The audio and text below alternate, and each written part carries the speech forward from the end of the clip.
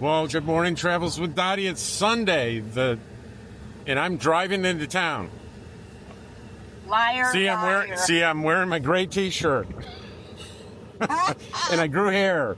Liar. And I'm a woman. Pants on. Okay, you guys got me. I can't drive, but we're in my vehicle. The puppies are home. We're going to do laundry. We're going to be taking off in less than a week. Isn't that hard to imagine? I am so excited. Less than a week. I'm ready to get out of here. And there's only 3 of us left in camp.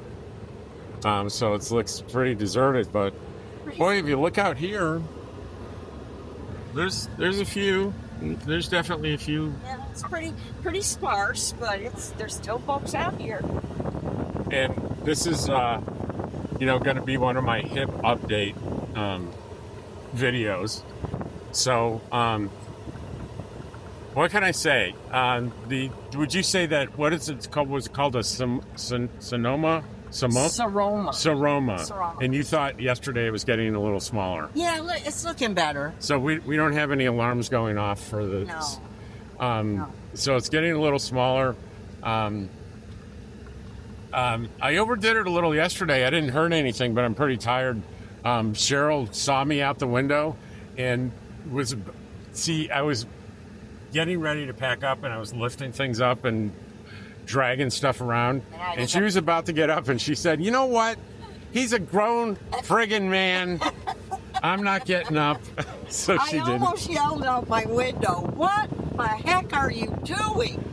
And how many comments are we going to get of people scolding me a little bit? Get scolded, and you deserve it. Probably, yeah. I'm not gonna complain about anybody criticizing me for that. But I didn't hurt anything. Thank God. But boy, was I tired this morning. I got up at about 7, and I made some breakfast and let Dottie out. And I laid back. I got in the recliner, and I got a couple more hours sleep. I was just totally drained. You know, one thing people don't realize after they've had surgery is it takes a few weeks for the body to heal. It is very traumatic for the body to go through a major surgery process. So you being a little tired and getting worn out is totally normal. In fact, you've been more energetic than most. So, but you got to be gentle on your body and time to rest. I think your viewers will agree with me on that. Yeah. The fatigue is pretty noticeable. Mm-hmm. All right. Well, I didn't have the external microphone on, so I'm going to stop this and try to figure out if we picked up good enough audio on the first part. So we'll be right back. Dirty clothes? No. You've went through the other laundromats. I go to the little wishy-washy.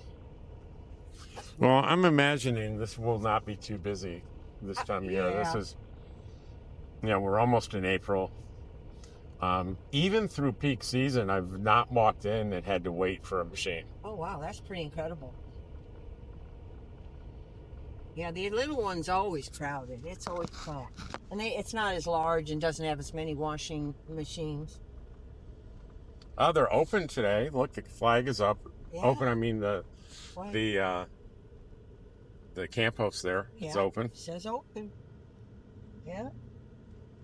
I don't know how much longer. I think they close April 15th. Yeah, sure. A few more days.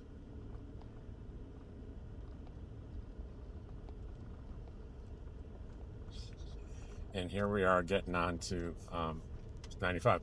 I'm trying to think of what else useful I can say on this day. We're 1 day short of 2 weeks from the surgery, right? So 2 weeks will mark my... And now for you, those so you don't yell at me, I'm showing the road while we're talking instead of us.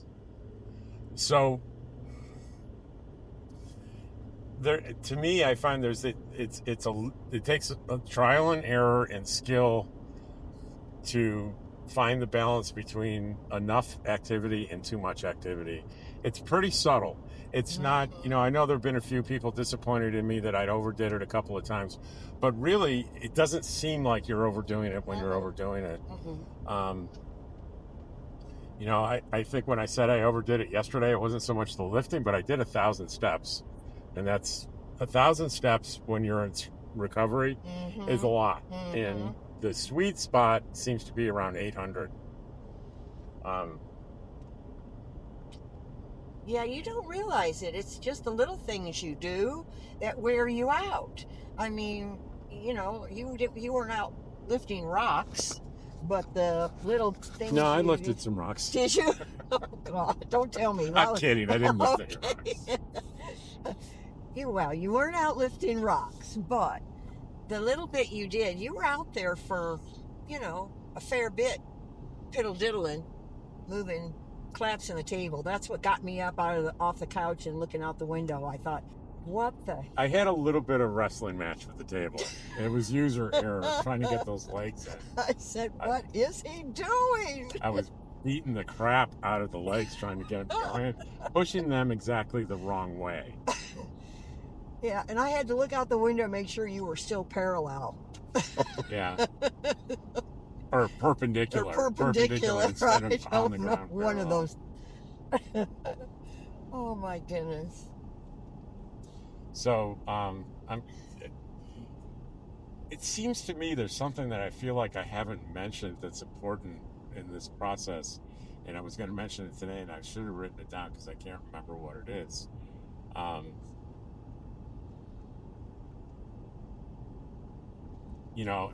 If like with my surgeon and many others, if you're worried about something, you call them and That's you right. describe to them what's going on. That's right. And I took pictures, and they didn't need the Well, pictures. but you know what? If we hadn't done that, they would have said, "Could you please send us a picture?" Probably. So, Yeah.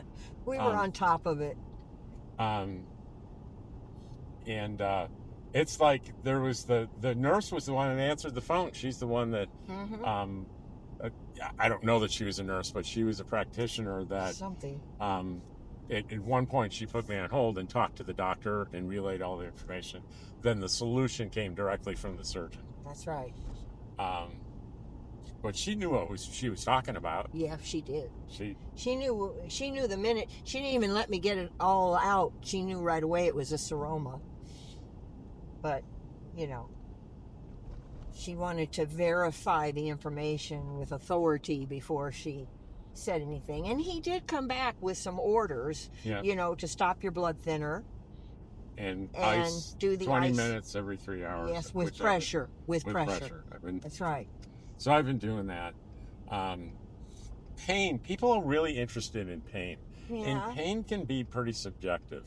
Yeah, and different people perceive pain totally different. Now, do you remember what the nurse said on the last appointment before the surgery? She said, expect extreme pain. Mm-hmm. And I didn't experience anything remotely like one would describe extreme pain. I was worried about it because I knew you were going to be alone over there, and I was like, oh, dear God, please don't let him have severe pain. And some people do, I guess. I did not. Right now, my pain is what I would call muscle soreness and mild muscle soreness. As if, back in the days when I lifted weights when I was in my 20s. Yeah. If I overdid it on legs. Yeah. That's what my right leg feels like. Now, here we are. We made it to the laundromat. And I had plenty of powerful pain medications in reserve, which I have not used. So well, he I was going prepared to me. let you out here, but can you walk? Yeah. I'll be Fine. I'll be fine. I'll actually go over and get one of the. Well, that's what carts. I was going to do. I was going to go get a cart and put our laundry. Okay. So right. you just. So we'll be right back. I will tell you this. Getting out of the car, even using the laundry cart, loading my laundry and putting the quarters in and starting it was pretty exhausting. That surprises me. But, we're 2 weeks out. I think the theme for today is going to be fatigue. As Cheryl rightfully pointed out, the body's still very much recovering from the major surgery, and it's using a lot of the energy to heal and repair. I tell you, I've got I'd say it's pretty close to no swelling. Now, if we put a measure on it, I'm sure there would be measurable swelling, but to the naked eye, I don't see it anymore. But I did read someplace there was a graph that showed swelling, and there was a quick drop off, which I have experienced. Then there's a small gradual drop off that goes over a couple of 2 or 3 months. Um, so much of the body, even to science, is a mystery. Um, but I'm listening to my body. I'm doing a lot better about that. Um, like I think I mentioned, I got up this morning and I let Dottie out and I made some breakfast. I ate some breakfast, watched a little bit of the CBS News this morning or CBS Sunday morning. And then I just went in the recliner, went back to sleep and had a couple more hours sleep instead of, talking myself into going out and doing something.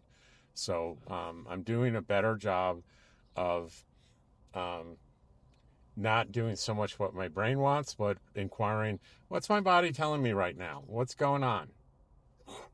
Um, so I think I'm doing pretty good. We'll talk to you in a few minutes. So I've been sitting here waiting for my laundry to dry. I've got about 6 more minutes and we're all done here. And I was thinking about what other information can I give you? And this is a little bit of a repeat, but it's worth repeating. Everybody's experience is going to be different.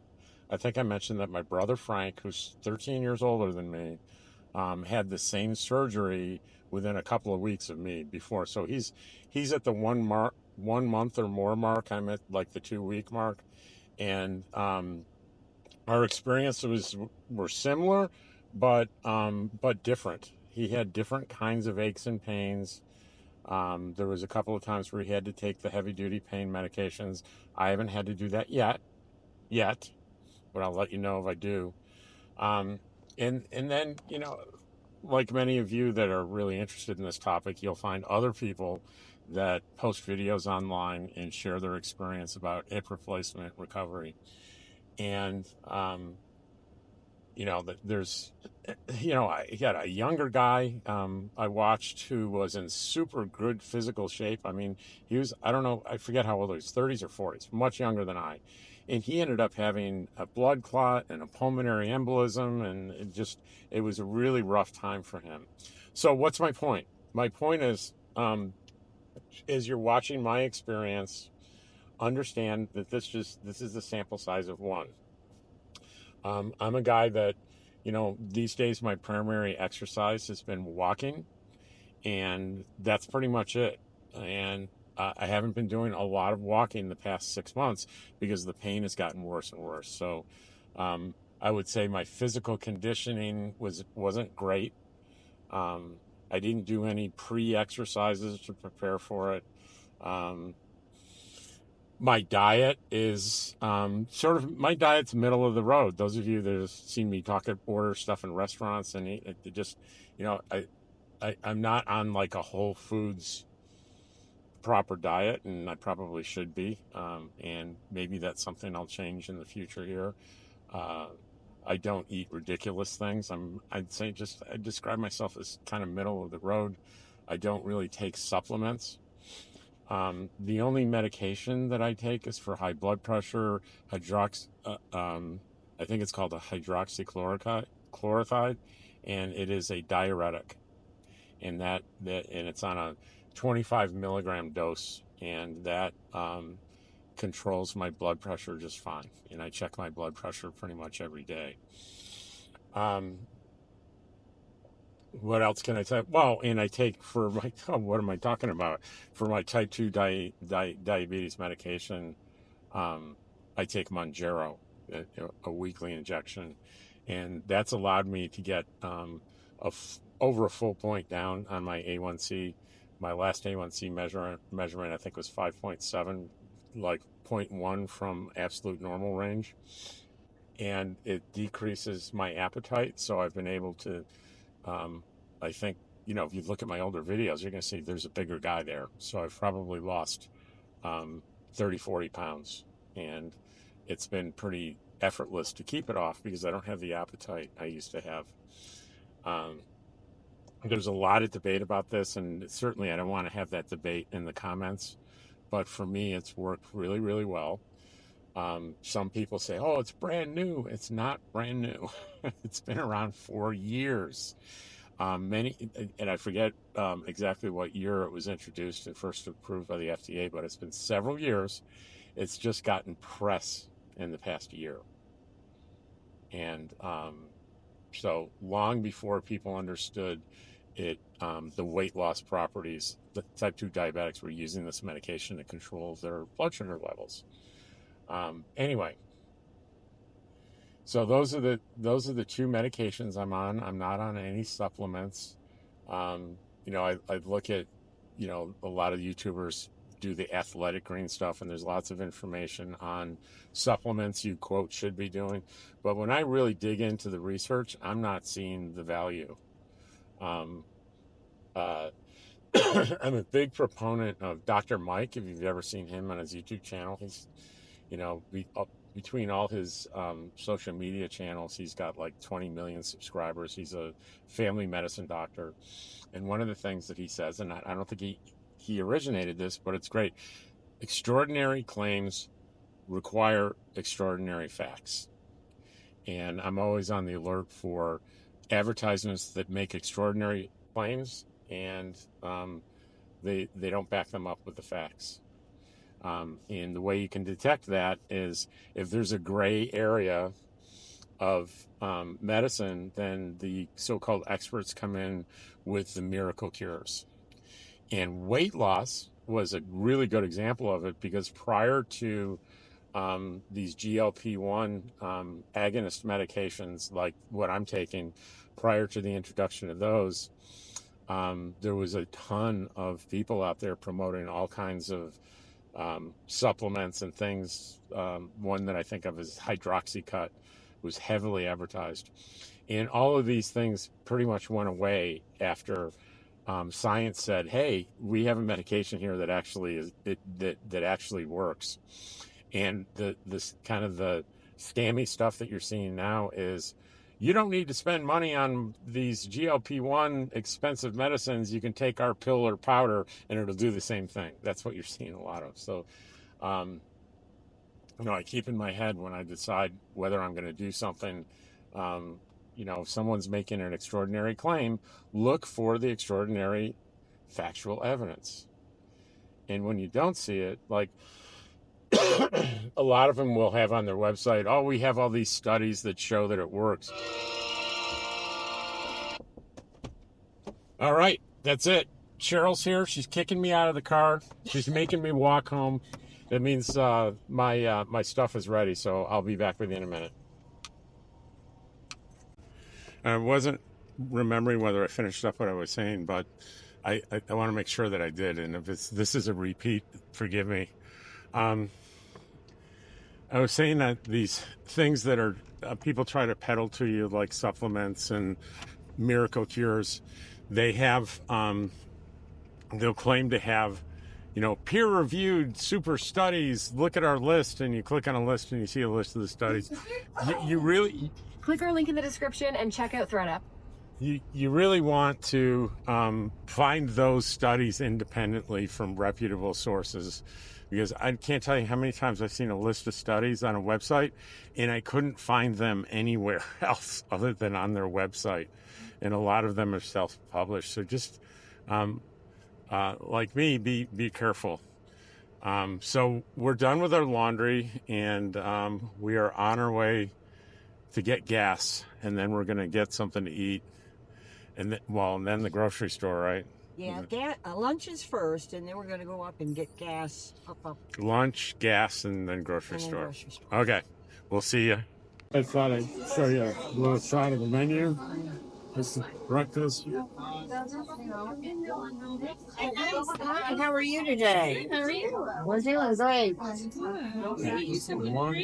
I'd love a big glass of water, ice water. Okay. Water's good for me too. All right.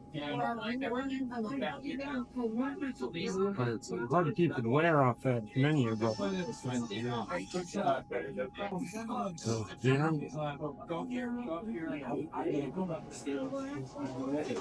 And that's it. If you're in Port Site, they do delivery. I didn't know that. Delivery now available. Ask the service for more information in delivery boundaries. Wow. A legendary hand-dipped, beer-battered, half-pound codfish fried dinner. Served every Friday, 11 a.m. until sold out. Wow. I didn't know that.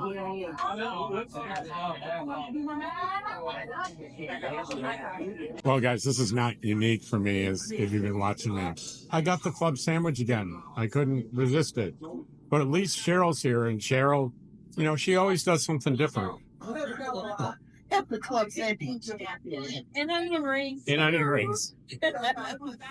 So we're leaving Mountain Quail Cafe. We're going to get some gas, then some groceries, and we're going to go home, right? Yes. That's the plan. That's the plan. I was just saying to Cheryl, you know, I'm sort of gingerly moving around, and people might think I'm in pain, but I'm not at all. I'm just a little nervous about cautious and nervous about moving around. And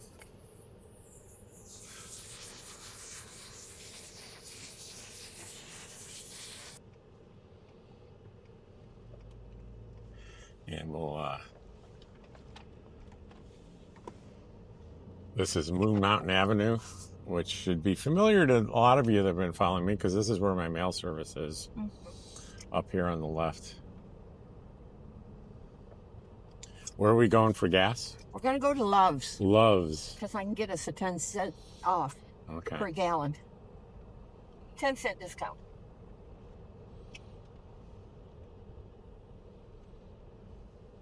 I use it all the time when I travel. I try to only stop at Love's because it really does save you money. Yeah, on a long trip, it certainly would add up. It adds up.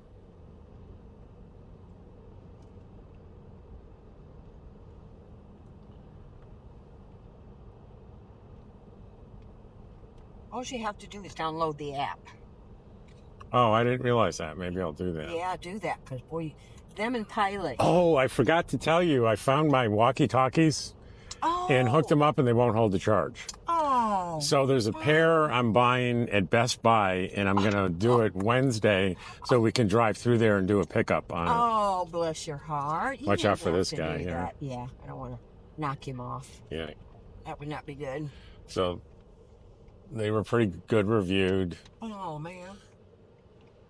So they're many years old. I think I got them when I first... When you first started traveling? Yeah, well, even before that. So it's been a while. But I let them sit overnight, and they wouldn't last more than a couple of minutes, and they'd just go dark. Bummer. So I threw them away.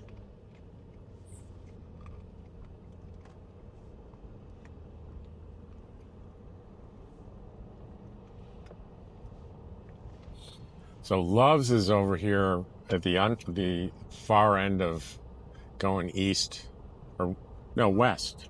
This is West Main Street. It's at the far end. California. And there's the Yacht Club Bar and Grill that reopened this year, and I never did go once. I never got there this year either. They're not open today.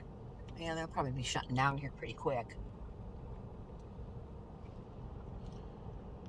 So we have completed all the errands. And I got to tell you, all I did was Cheryl drove.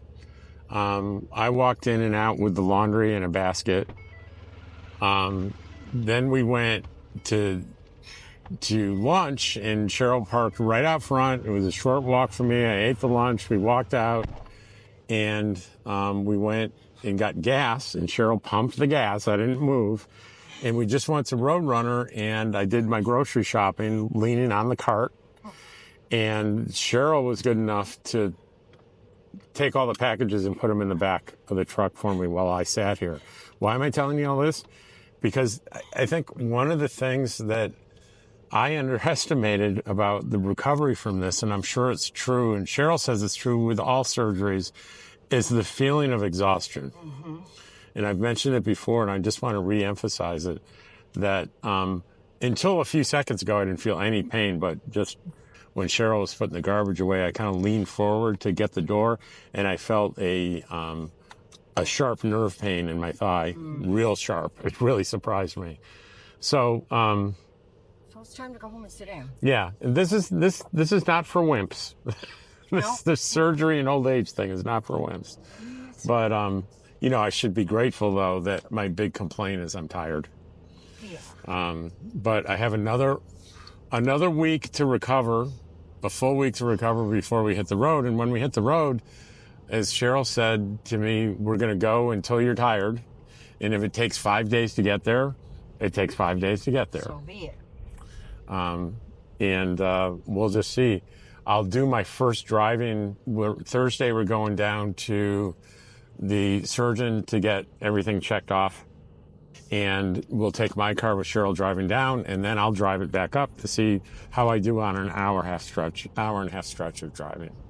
So that's going to be it for today's video. Thanks for watching, and thanks for hanging in there. Take care.